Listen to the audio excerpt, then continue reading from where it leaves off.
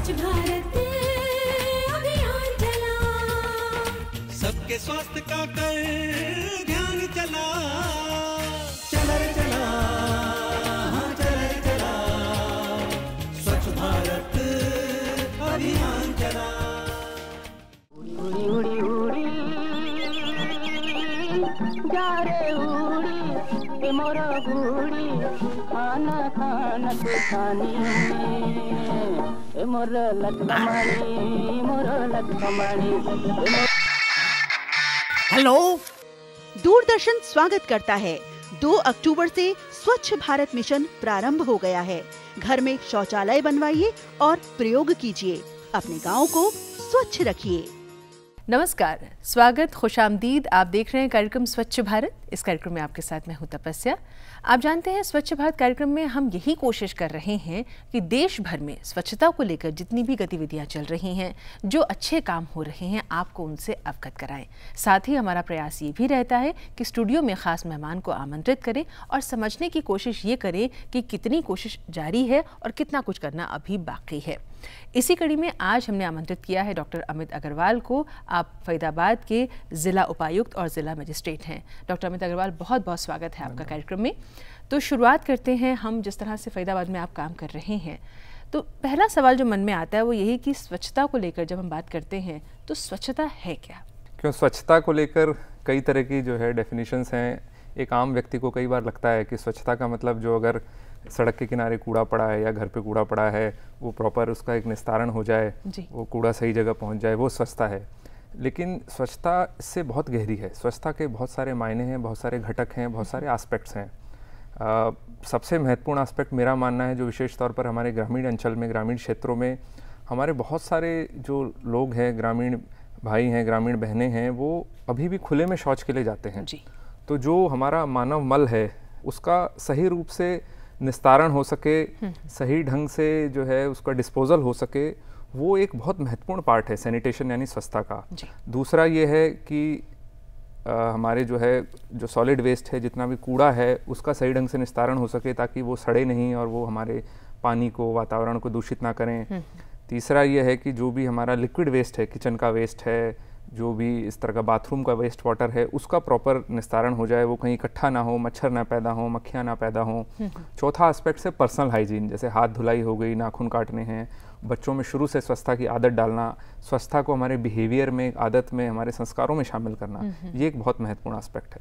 तो मेरा मानना है स्वच्छता एक बहुत बड़ा होलिस्टिक कंसेप्ट है, जिसको एज अ होलसम कंसेप्ट जो है हमें ये इंट्रोड्यूस करना पड़ेगा, लोगों को बताना होगा, उसके अलग अलग कंपोनेंट्स पे वर्क करना होगा, जब जाके सही मायने में संपूर्ण स्वच्छता जो हमारे प्रधानमंत्री जी ने नारा दिया है, जो केंद्र सरकार ने दिया है, जो सही मायने में जब भी हम उन गोल्स को अचीव कर पाएंगे। जी, लेकिन स्वच्छता के जब महत्व की बात आती है, ये तो घटक हो गए उसके, लेकिन आम जनमानस, क्योंकि आप तो फील्ड में काम कर रहे हैं, हिसार में आपने काम किया, पानीपत में आपने काम किया है, तो जब हम कहते हैं कि लोगों को ये समझना होगा कि स्वच्छता उनके लिए कितनी ज़रूरी है, कितनी महत्वपूर्ण है, तो इससे हम क्या समझें?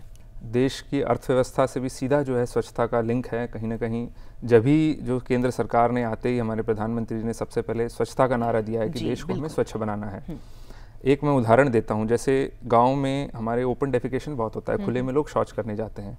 तो उससे होता क्या है, जो हमारा मल है, जो भी शौच है, वो कहीं ना कहीं हमारे पानी को वहाँ दूषित कर देता है, पीने के पानी को, जोहड़ों को, सरफेस वाटर को, स्ट्रीम्स को। और वो पानी जो है, दूषित पानी या दूषित जो भी मल है, वो कहीं ना कहीं हमारे वापस घरों में आता है और हम उसको ग्रहण कर लेते हैं, और जिसकी वजह से बीमारियां होती हैं। एक कंसेप्ट है शिशु मृत्यु दर, यानी कि इन्फेंट मोर्टेलिटी रेट का। वो आपने देखा होगा हमारे देश में लगभग 40 से 45 के आसपास है प्रति 1000 जो है अगर बच्चे जन्म लेते हैं, तो उसमें 40 से 45 बच्चे जो है साल भर से पहले ही जो है मौत का शिकार हो जाते हैं। वो बच्चे साल भर के नहीं हो पाते हैं, जबकि वेस्टर्न कंट्रीज में ये रेशियो 10 से कम है। और उसके अगर आप फर्दर विवेचना करें तो वो जो हमारे जो इन्फेंट मोर्टेलिटी रेट है उसका 50% कॉन्ट्रीब्यूटर जो है डायरियल डिजीजेज हैं। 50% कॉन्ट्रीब्यूशन जो हमारे दस्त जो बच्चों के लग जाते हैं, वो आधे बच्चे तो इस वजह से जो है काल का ग्रास बन जाते हैं, क्योंकि उनमें इतने सीवियर दस्त लग जाते हैं कि उस वजह से जो है उनकी मृत्यु हो जाती है। और उनमें दस्त क्यों लगते हैं, उनमें क्यों ये वायरल डायरियाज या जो भी है और बीमारियां क्यों होती है, क्योंकि जो पानी जो बच्चे वो पी रहे हैं या जो वो भोजन ले रहे हैं या जो भी किसी प्रकार से वातावरण हमारा इतना प्रदूषित है, और उसके प्रदूषण का मुख्य कारण जो है ये मानव मल है। तो इसलिए आप देखिए कितना सिग्निफिकेंस है। बिल्कुल। अगर हम बड़ों की बात करें तो बहुत ज़्यादा जो है डायरियल डिजीजेज हमारे यहाँ प्रेवलेंट हैं, चाहे वो ग्रामीण क्षेत्र हों चाहे वो शहरी क्षेत्र हों, उसकी वजह से मॉर्बिडिटी मॉर्टेलिटी बहुत ज़्यादा है। मॉर्टेलिटी तो एक उसके डेथ के टर्म्स में, डेथ रेट के टर्म्स में, और मॉर्बिडिटी बीमारी के टर्म्स में। अगर आदमी बीमार होगा, काम पे नहीं जा पाएगा, उसकी मजदूरी का नुकसान होगा, देश का आर्थिक नुकसान होगा। तो मेरा तो मानना है cost of not having a toilet is much much more than cost of constructing a toilet. तो इस वजह से स्वच्छता, मानव मल का निस्तारण, साफ सफाई और ये जो पूरी जो हम बात कर रहे हैं टॉयलेट्स बनाने की, इसलिए इतना महत्वपूर्ण है। बल्कि गांधी जी ने भी कहा था हमारे कि जो है टॉयलेट्स जो है मंदिर से भी ज़्यादा ज़रूरी हैं हमारे बनाने टॉयलेट्स। इस वजह से जो इनकी सिग्निफिकेंस है टॉयलेट्स की। आपने जैसा कहा कि स्वच्छता ज़रूरी है हमारी सेहत के लिए और अर्थव्यवस्था से वो लिंक होती है, आम व्यक्ति नहीं समझ सकता, लेकिन आम व्यक्ति ये जान सकता है कि उसके बच्चों की सेहत के लिए गंदगी आसपास अगर होगी तो कितनी वो हानिकारक है। ये जानते हुए भी हम अनजान हैं, और ये पूरे देश भर की स्थिति है, किसी एक गांव या क्षेत्र विशेष की बात नहीं है। ऐसा क्यों है, क्यों नहीं लोग सजग हो रहे? बहुत सारी भ्रांतियां हैं, विशेष तौर पर अगर ग्रामीण अंचल की बात करें, लोगों में अभी भी वो कंसेप्ट नहीं है। लोगों को लगता है कि बच्चों को नाली पे बिठा देते हैं। आपने देखा होगा अक्सर किसी गांव में जाएं, बच्चे जो है नाली के किनारे शौच कर रहे हैं, लोगों को लगता है कि बच्चों का शौच है, इससे तो क्या नुकसान होगा। घर में कई बार शौचालय होता है तो भी वो कई बार मेंटेन नहीं होता, लोग उसको इस्तेमाल नहीं करते। कई बार बड़े बूढ़े लोग जो है बाहर जाना ही पसंद करते हैं, उनका ये कई बार मानना होता है कि भाई हम तो हमेशा से बाहर जाते हैं, हम तो बाहर घूमने जाएंगे और बाहर ही जो है ना शौच निपटा के आएंगे। तो इस तरह की बहुत सारी भ्रांतियां हैं। कई घरों में मैंने देखा है, हरियाणा में तो विशेष तौर पर देखा है, घर में बाथरूम तो होगा लेकिन टॉयलेट नहीं होगा। टॉयलेट के लिए अभी भी जो है लोग बाहर जाएंगे। तो लोगों में अभी वो एक अवेयरनेस नहीं है, वो एक बिहेवियरल चेंज नहीं है। अगर टॉयलेट बने भी हैं, मान लीजिए गाँव की किसी सरकार से कोई सब्सिडी लेकर, तो उन टॉयलेट्स का इस्तेमाल नहीं हो रहा है टॉयलेट के रूप में, उसको एज ए रूम इस्तेमाल कर रहे हैं, कोई भूसा भर रहे हैं। स्कूल में अगर टॉयलेट हैं तो वो साफ़ नहीं हो रहे, मेंटेन नहीं हो रहे हैं, ताला लगा के जो है टीचर्स रखते हैं अपने इस्तेमाल के लिए, बच्चे कई बार उनको इस्तेमाल नहीं कर पाते हैं। अगर कम्युनिटी टॉयलेट्स की बात करें तो उनका बहुत ही बुरा हाल है हर जगह। दूर से जो है पता लग जाता है कम्युनिटी टॉयलेट है वो, बल्कि इटसेल्फ जो है गंदगी का बहुत बड़ा क्षेत्र बन जाता है और वो बहुत threat to hygiene, health and hygiene हो जाता है। बिल्कुल। तो इन सब के पीछे मेरा मानना एक बहुत बड़ा कारण है कि एक सेंस ऑफ ओनरशिप नहीं है टॉयलेट के लिए। अक्सर जो है टॉयलेट को दूसरी एजेंसी बनाती है और जिसके लिए बनाए जाते हैं उसको इन्वॉल्व नहीं किया जाता, उसमें एक बिहेवियरल चेंज इनकलकेट नहीं होता है, या एक वो टॉयलेट की फेल्ट नीड नहीं प्रोड्यूस करी जाती है। जब तक किसी समुदाय को या व्यक्ति को ये नहीं लगेगा कि हाँ भाई टॉयलेट मेरे लिए आवश्यक है और मेरी हेल्थ के लिए आवश्यक है और हम सब की हेल्थ के लिए आवश्यक है, जब तक ना तो बनाएगा ना उसको मेंटेन करेगा। किसी ने बना के भी दे दिया तो उसको मेंटेन नहीं करेगा। तो इसलिए अवेयरनेस और बिहेवियरल चेंज जो है मेरा मानना है इसमें बहुत ज़रूरी है। जी, तो जिस तरह से बात हो रही है कि टॉयलेट बन जाने के बाद भी इस्तेमाल नहीं हो रहा है, तो ये मानसिकता का प्रश्न है जिसको समझना होगा कि वो कितने ज़रूरी है हमारे लिए। जैसे कि हमने आपको बताया, डॉक्टर अमित अग्रवाल जो हैं हरियाणा के अलग अलग क्षेत्रों में काम कर चुके हैं। बात हो पानीपत की, बात हो हिसार की, और अभी फरीदाबाद की अगर बात की जाए, उनसे जानेंगे किस तरह की चुनौतियाँ सामने आती हैं जब आप लोगों के बीच जाते हैं, उन्हें समझाने का प्रयास करते हैं कि शौचालय ज़रूरी है, स्वच्छता कितनी ज़रूरी है। ये सब उनसे जानेंगे, लेकिन फिलहाल आपको लेकर चलते हैं तमिलनाडु, और वहाँ पर किस तरह की कोशिशें की जा रही हैं, किस तरह लोग जागरूक हो रहे हैं, आइए जानते हैं।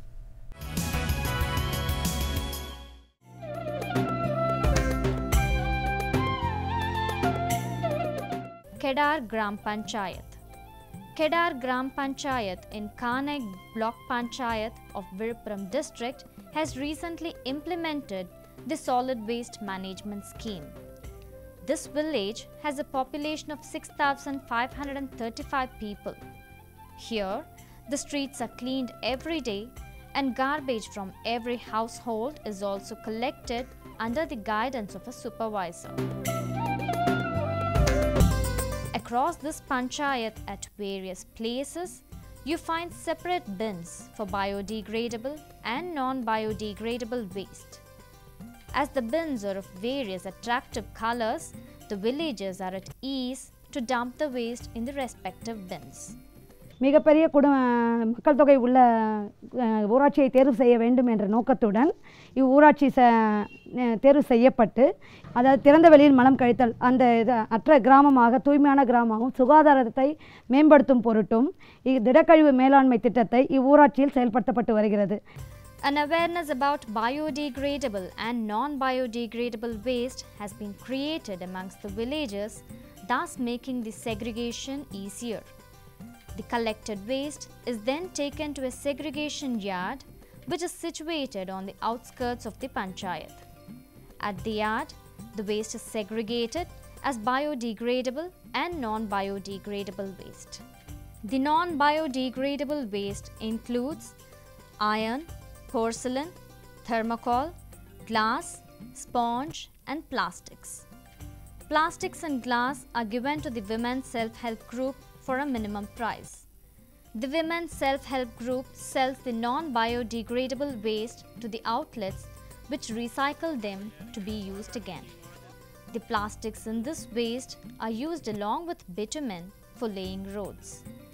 As the biodegradable and non-biodegradable wastes are collected from every house, the streets of this panchayat are kept clean every day. This panchayat becomes a perfect example for an eco-friendly atmosphere. All this has been made possible only with the assistance provided by the government under Swachh Bharat mission.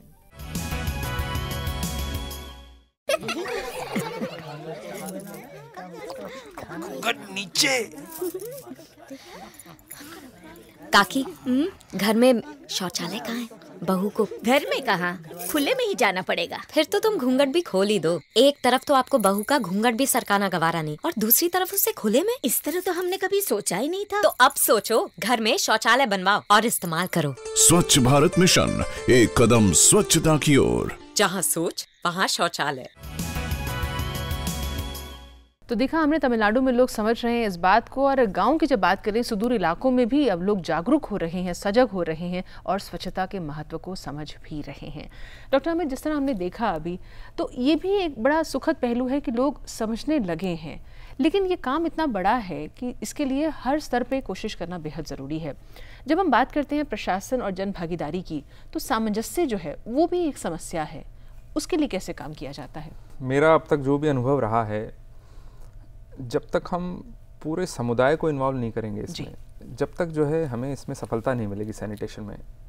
हमें पूरे लोगों को, पूरे समुदाय को, पूरे समाज को एक तरह से सजग करना पड़ेगा, पूरे गांव को सजग करना पड़ेगा कि अगर एक भी व्यक्ति जो है बाहर खुले में शौच करने जा रहा है या गंदगी फैला रहा है तो पूरे समुदाय के लिए खतरा है।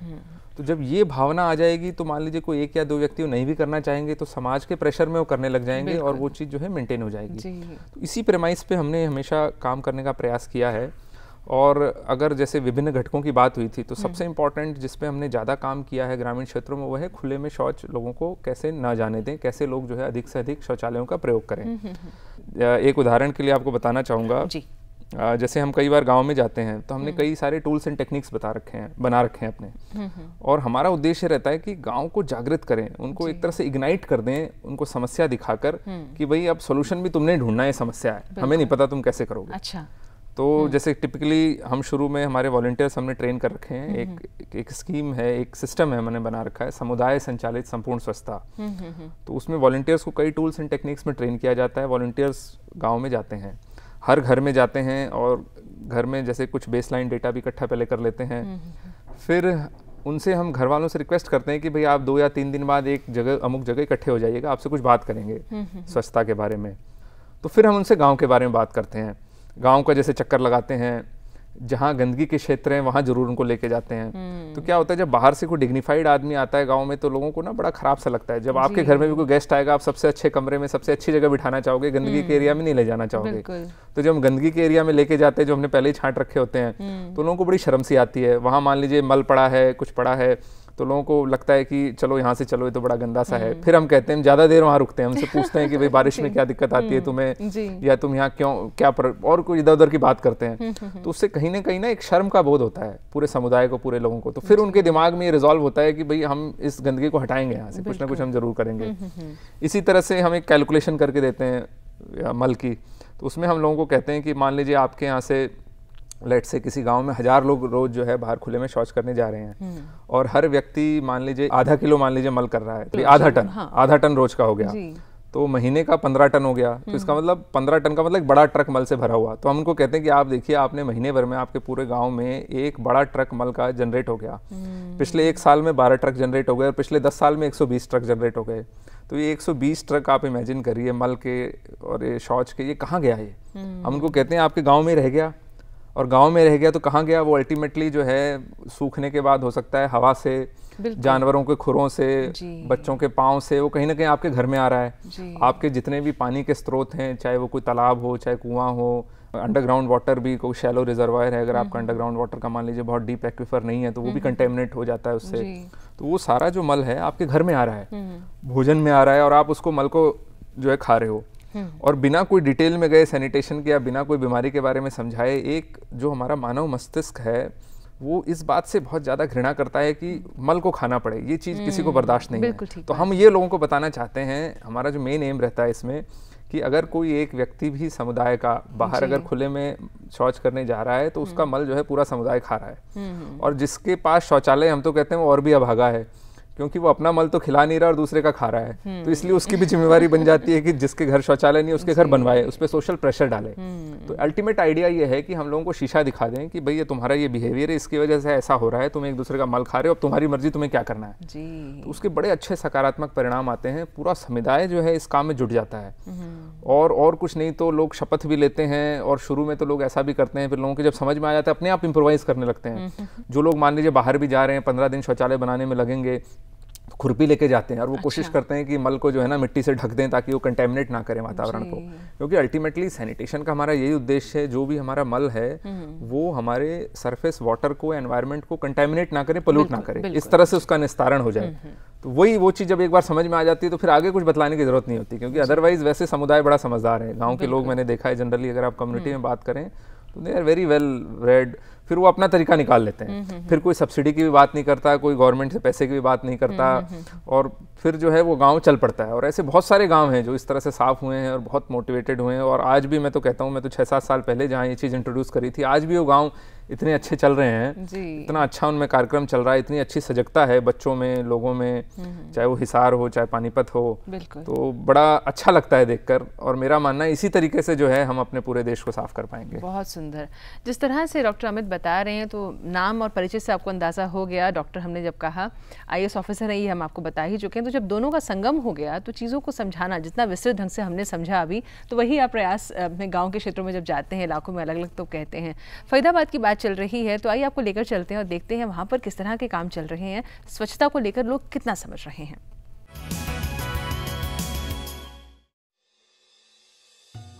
हरियाणा राज्य का गांव भैंसरावली। वैसे तो ये गांव बहुत बड़ा नहीं है, लेकिन स्वच्छता के प्रति ग्रामीणों की जागरूकता और इस दिशा में हो रही सकारात्मक प्रगति के कारण ये गांव आसपास के गांवों के लिए आकर्षण का केंद्र बन गया है। भैंसरावली की गलियों में यहाँ वहाँ कचरा बिखरा हुआ कहीं नजर नहीं आया। साफ सफाई का माहौल देखकर ऐसा लगा कि यहाँ हर कोई साफ सफाई के प्रति पूरी तरह सचेत है। यहाँ वहाँ बिखरी गंदगी और बहती गंदी नालियां, कुछ समय पहले तक भारतीय गांवों का नाम लेते ही ज्यादातर लोगों के जहन में ऐसी ही तस्वीरें उभरती थीं। लेकिन भैंसरावली में पंचायत और ग्रामीणों ने इस मिथक को तोड़ते हुए एक नई इबारत लिखी है। यहाँ समय समय पर पंचायत की ओर से लोगों को स्वच्छता की अहमियत समझाने के लिए बैठकों का आयोजन किया जाता है। इन बैठकों का ही असर है कि लोगों को अब यहाँ गंदगी और खुले में शौच के दुष्परिणाम समझ में आने लगे हैं। ग्रामीणों ने पंचायत के सहयोग से अपने घरों में शौचालय बनवाने का कार्य लगभग पूरा कर लिया है। हमारे गांव में घर घर में लेटरिन है, बहुत सुविधा है, हमें कोई प्रॉब्लम नहीं है। खुले में कोई शौच नहीं जाता। खुशी के हमारे दिन आ गए हैं। इस गांव में स्वच्छता के प्रति जागरूकता फैलाने में छात्रों की भूमिका बेहद महत्वपूर्ण साबित हो रही है। छात्रों की रैलियां यहाँ स्वच्छ माहौल कायम करने में अहम है। यहाँ के ज्यादातर विद्यालयों में भी छात्र और छात्राओं के लिए अलग अलग शौचालयों की सुविधा उपलब्ध है। छात्र शौच के बाद हाथों की साबुन से सफाई करना भी नहीं भूलते। यहाँ के विद्यालयों में छात्रों को स्वच्छता शपथ भी दिलाई जाती है। भैंसरावली गांव की उत्साहवर्धक प्रगति देखकर ऐसा लगता है कि अब वो दिन दूर नहीं जब संपूर्ण स्वच्छता के लक्ष्य को हम जल्द ही हासिल कर लेंगे।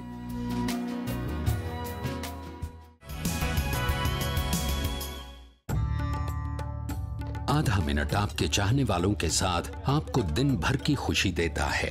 आधा मिनट आपके पसंदीदा गाने का आपको पूरे हफ्ते की ऊर्जा देता है। आधा मिनट क्रिकेट के मैदान पर आपकी पसंदीदा टीम को चैंपियन बना सकता है। और आधा मिनट खाने से पहले साबुन से हाथ धोना आपकी और आपके चाहने वालों की जान बचा सकता है, क्योंकि साबुन से हाथ धोने से डायरिया से बचाव होता है। हम साथ मिलकर डायरिया पर विजय पा सकते हैं। ये हमारे हाथ में है। फरीदाबाद की बात हो रही थी और फरीदाबाद के ही जिला उपायुक्त और जिला मजिस्ट्रेट डॉक्टर अमित अग्रवाल हमारे साथ हैं। डॉक्टर अमित, अभी आपने इतना विस्तार से हमें समझाया, बहुत अच्छा लगा ये जान के कि लोगों को जब तक सीधे तौर पे नहीं बताया जाएगा कि अपना मल किस तरह वो अपने आसपास फैला के रखे हुए हैं अनजाने में, तो ये बड़ी प्यारी बात है। लेकिन विरोधाभास वहाँ है कि ट्रेडिशनली पारंपरिक रूप से जब हम देखते हैं कि हमारे यहाँ जैसे कुआं पूजने की परंपरा की बात हो और बहुत से त्योहारों की बात हो, ऐसे अवसरों की बात आती है कि जहाँ पर हम लोग कई चीज़ों का बहुत ख्याल रखते थे, विशेषकर जल स्रोतों की बात हो, तो वो क्या रहा कि वो वहाँ से शुरू होते होते आज स्थिति इतनी ख़राब है कि हमें इस तरह के अभियान लाने पड़ते हैं? मेरा मानना है जो हमारी अगर ट्रेडिशनल नॉलेज देखें या हमारे ट्रेडिशनल कस्टम्स देखें, जैसे अभी आपने मेंशन किया कि कुआं पूछते हैं, या अभी भी गांव में जो है नियम है कि कुएं की ढोड़ी पर जो है ना कोई भी फुटवेयर या चप्पल लेके नहीं जा सकते हैं। रसोई घर में भी कहा जाता है। रसोई घर में जो है स्नान करके ही खाना बनाने के लिए जाते हैं, और रसोई के अंदर जो गया मतलब बड़ा जूठे उठे का बड़ा रहता है कि बर्तन दो भिड़ गए तो जूठे हो गए तो मांजने पड़ेंगे। शौच के बाद जो है राख से हाथ धोने के लिए जो है, पहले तो साबुन नहीं होता था, साबुन तो अब आया मान लीजिए पिछले 50 साल से। और साबुन भी क्या करता है, आपके जो पानी का सरफेस टेंशन कम कर देता है, जिसकी वजह से आपकी गंदगी छूट जाती है हाथ से। राख भी वही काम करती है। तो कहीं ना कहीं हमारे जो ट्रेडिशनल नॉलेज बेस है, चाहे वो जिसने भी बनाया हो, हमारे पुराने ऋषि मुनियों ने बनाया हो, कोई वेदों में लिखा हो, या जो भी हमारे customs over a period of time जो डेवलप हो गए, उनमें कहीं ना कहीं साइंटिफिक बेसिस रहा है। मेरा मानना है कहीं ना कहीं कुछ लोगों को समझ थी इस चीज़ों की, लेकिन वो चूंकि पूरे आम जनता को पूरा साइंटिफिक बेसिस समझा नहीं सकते थे, तो उन्होंने नियम बना दिए कि भाई नियमों को अगर आप पालना कर लोगे तो आपको दिक्कत नहीं आएगी। जैसे अगर आपने देखा हो कि रसोई में खाना पकाने का बर्तन अलग होता है, खाने का अलग होता है, इस चीज़ों में कई पुराने ऐसे नियम हैं जो पुराने सोच के लोग हैं वो तो इनको अभी भी पूरी पालना करते हैं। बिल्कुल। तो और जिन घरों में शौचालय होते हैं वो भी बहुत घर से दूर होते हैं, मतलब एकदम आंगन के बाहर या कहीं ऐसे, ताकि गंदगी अंदर ना आने पाए। प्रिसाइज आइडिया यही है कि जो शौचालय हैं वो बाहर रहते हैं। जब पुराने लोग जो शौच करने मान लीजिए बाहर जाते भी थे तो हमेशा मिट्टी से ढक को शौच को आते थे, ताकि जो है वो उसकी खाद बन जाए और वो जो है कंटेमिनेट ना करे वातावरण को। बिल्कुल। और जो आपने निषेध की बात की कि पारंपरिक रूप से जो था उसमें ये भी था कि घर के भीतर जब आप जाएंगे तो चप्पल जूता जो भी आपने पहना बाहर उतार के जाएंगे, ताकि जो गंदगी है वो साथ अंदर ना जाए। तो ये चीज़ें हम क्यों भूल गए? अब क्यों हमें फिर से वो जो बात हो रही बिहेवियरल चेंज की, फिर से हमें वही शुरू करना पड़ रहा है? और इस स्थिति में कि हम लोगों के बच्चे जो है, जैसे बात हो रही थी कि अभी जो उनके दर की बात हो रही थी, अनुपात की बात हो रही थी कि बहुत मृत्यु दर बढ़ गई है और बीमारियां जो है कॉलेरा, डायरिया वगैरह, इनकी बात की जाए तो लोग नहीं समझ पा रहे हैं। तो क्या लगता है क्या कुछ किया जा सकता है, कैसे उपाय किए जा सकते हैं? यही है कि हमें लोगों को ये चीज़ बतलानी पड़ेगी, इनमें बिहेवियरल चेंज लाना पड़ेगा। और चूंकि ये ट्रेडिशंस हमारे पुराने हैं तो कुछ हमारे जो पुराने ट्रेडिशंस हैं उनको भी हमें जीवित करना पड़ेगा, लोगों को बताना पड़ेगा कि इनकी ये सिग्निफिकेंस है और आपको ये करना है। जैसे हाथ धुलाई की बात है, तो कहीं ना कहीं हमें ये लोगों को बताना पड़ेगा कि हाथ धोना बहुत आवश्यक है। साबुन ना हो तो आप राख से हाथ धो लें, अच्छी राख अगर हो तो वो भी लगभग वही काम करती है। बिल्कुल। तो उस तरह से जो है ये अवेयरनेस हमें लानी पड़ेगी, बहुत आवश्यक है। और बल्कि मैं बात करूं अगर वेस्टर्न सिविलाइजेशन की, कई बार हम नकल करते हैं पाश्चात्य संस्कृति की, तो जो ये नॉलेज है वेस्टर्न सिविलाइजेशन में बहुत बाद में आई है। जैसे अभी एक टर्म है लू, लोग कहते हैं बाथरूम को लू, एक स्लैंग है जो अंग्रेजी में इस्तेमाल किया जाता है। तो इसका जो ओरिजिन है वर्ड का वो इस तरह से है कि कहते हैं कि पेरिस में जब लोग डेफिकेट करते थे यानी शौच के लिए जाते थे तो वो कोई बैग्स में जाते थे कागज के या इस तरह के। अच्छा। और वो शौच को जो है खिड़की से बाहर फेंक दिया जाता था और नीचे जो लोग आते जाते थे उनको वार्न करने के लिए उनके सिर पे वो ना पड़ जाए तो जोर से चिल्लाते थे गाड़े लू करके। ओके। तो इससे जो है इस टर्म का ओरिजिन है। तो इससे आप अंदाजा लगाइए कि उस समय भी ज्ञान नहीं था। ये ज्ञान तो 19वीं शताब्दी में जो है वेस्टर्न सिविलाइजेशन में आया है कि भाई पानी और बीमारी डायरिया का कहीं ना कहीं लिंकेज है। और उसके बाद जो है ये सीवर सिस्टम वहाँ चला है, पानी की सफाई हुई और शहर वहाँ के साफ हुए हैं। लेकिन यह है कि जब उनमें ज्ञान आ गया उस समय उन्होंने फिर तुरंत सफाई कर ली और हम कहीं ना कहीं उस समय पिछड़ गए। बिल्कुल ठीक बात है। पिछड़ने की यहाँ पर बात हो रही है डॉक्टर अमित, बहुत संक्षेप में आपसे जानना चाहेंगे। अभी आपने एक बात कही कि शौचालय तो हैं लेकिन जिनके पास बने हुए हैं वो भी उसका इस्तेमाल नहीं करते। फिर वही माइंडसेट की बात आ रही है कि जो हम कहते हैं कि अपनी जो आदतें हैं वो नहीं बदल रही हैं।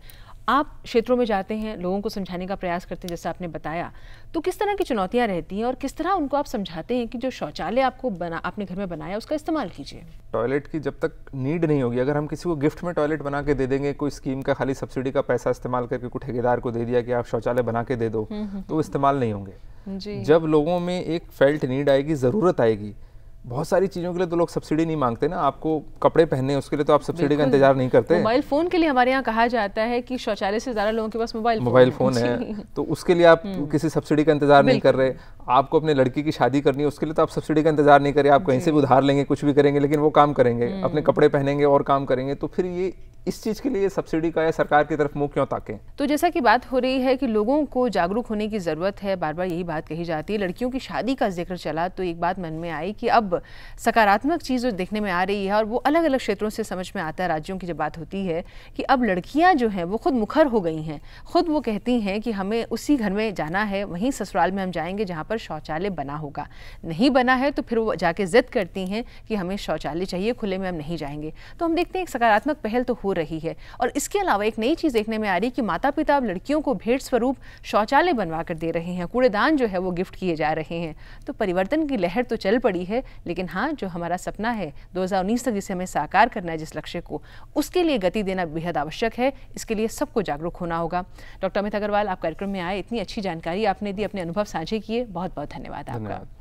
और इसी के साथ हम भी आज के अंक में आपसे लेते हैं अनुमति, लेकिन जाने से पहले कार्यक्रम का पता आपको बताएं जहां पर आप अपनी प्रतिक्रिया, अपने परामर्श, अपने सुझाव, अपनी राय हम तक पहुंचा सकते हैं। पता वही है, स्वच्छ भारत, कमरा नंबर 625, दूरदर्शन केंद्र, दूरदर्शन भवन, फेज 2, मंडी हाउस, कॉपनिक स्मारक, नई दिल्ली 110001। हमारा ईमेल एड्रेस है sb@ddkdelhi.org.in। और इसी के साथ आपसे लेते हैं इजाजत। नमस्कार।